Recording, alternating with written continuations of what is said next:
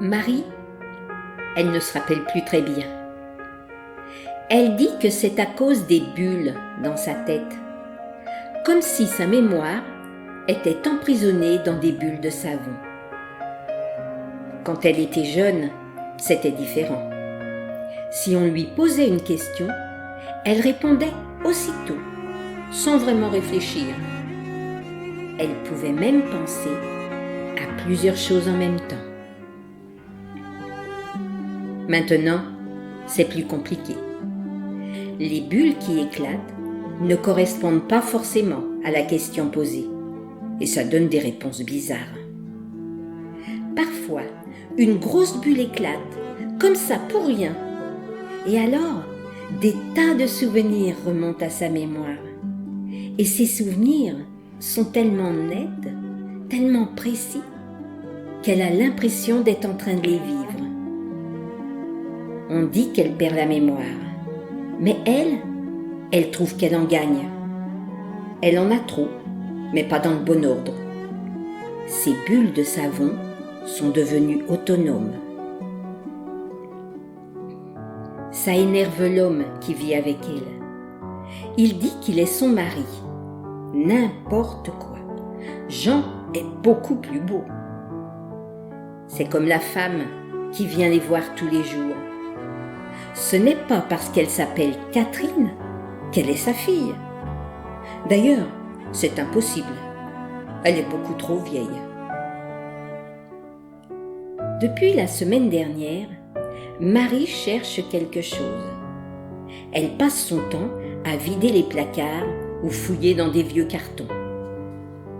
Elle ne sait pas vraiment ce qu'elle cherche, alors c'est difficile de l'expliquer aux autres. Surtout qu'ils trouvent qu'elle met du bazar partout. En plus, dès qu'elle monte sur une chaise, c'est la catastrophe. On la gronde comme si elle était encore une enfant. Elle ne va pas tomber. C'est sa tête qui ne fonctionne plus très bien, pas ses jambes. Heureusement, Catherine a décidé de l'aider.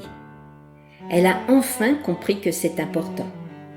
Ensemble, elles ouvrent des boîtes, ressortent des objets oubliés depuis longtemps.